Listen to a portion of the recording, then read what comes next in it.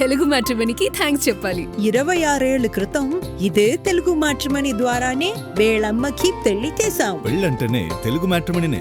America గడ్డపై పుట్టిన ప్రతి బిడ్డకు పౌరసత్వం ఇచ్చే బర్త్ రైట్ సిటిజన్షిప్ వివాదం ప్రపంచవ్యాప్తంగా సరికొత్త చర్చకు దారితీసింది. అసలు పుట్టుకతోనే ఒక దేశ పౌరసత్వం ఇచ్చే సంప్రదాయం ప్రపంచంలో ఎన్ని దేశాల్లో ఉంది? ఇతర అగ్రరాజ్యాల్లో ఎలాంటి నిబంధనలు ఉన్నాయి? నిజానికి ప్రపంచంలోని దాదాపు 200 దేశాల్లో కేవలం 30 దేశాలు మాత్రమే ఎలాంటి షరతులు లేకుండా ఈ రకమైన ఆటోమేటిక్ పౌరసత్వాన్ని కల్పిస్తాయి. మిగతా దేశాల రూల్స్ ఏంటి? గ్లోబల్ సిటిజన్షిప్ విధానాలపై ప్రత్యేక రిపోర్ట్ చూద్దాం. అమెరికా ఖండాల్లో ఎక్కడైనా సరే ఏ బిడ్డ జన్మించినా ఆ దేశ పౌరసత్వం లభించడం ఒక సాధారణ నియమం. అమెరికాతో పాటు కెనడా, మెక్సికో, దాదాపు అన్ని లాటిన్ అమెరికా, కరేబియన్ దేశాల్లో ఈ అన్కండిషనల్ బర్త్ రైట్ సిటిజన్షిప్ అమల్లో ఉంది. అయితే ప్రపంచంలోని మిగతా ప్రాంతాలలో మాత్రం ఇలాంటి చట్టాలు చాలా అరుదుగా కనిపిస్తాయి.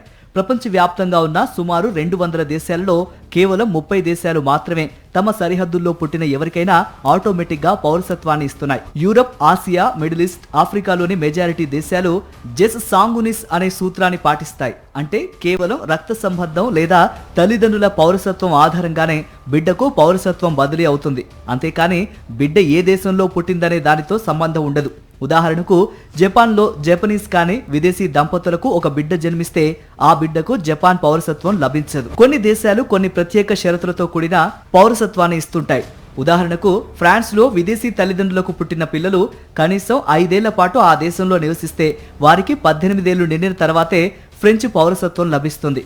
అలాగే పోర్చుగల్లో తల్లిదండ్రుల్లో ఒకరైనా కనీసం ఏడాది పాటు అక్కడ లీగల్ రెసిడెంట్ గా ఉంటేనే అక్కడ పుట్టే బిడ్డకు పౌరసత్వం ఇస్తారు.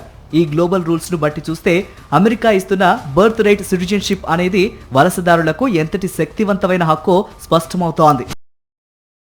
మరిన్ని అప్డేట్స్ కోసం ఛానల్ ను సబ్స్క్రైబ్ చేయండి. నోటిఫికేషన్స్ కోసం బెల్ ఐకాన్ పై క్లిక్ చేయండి.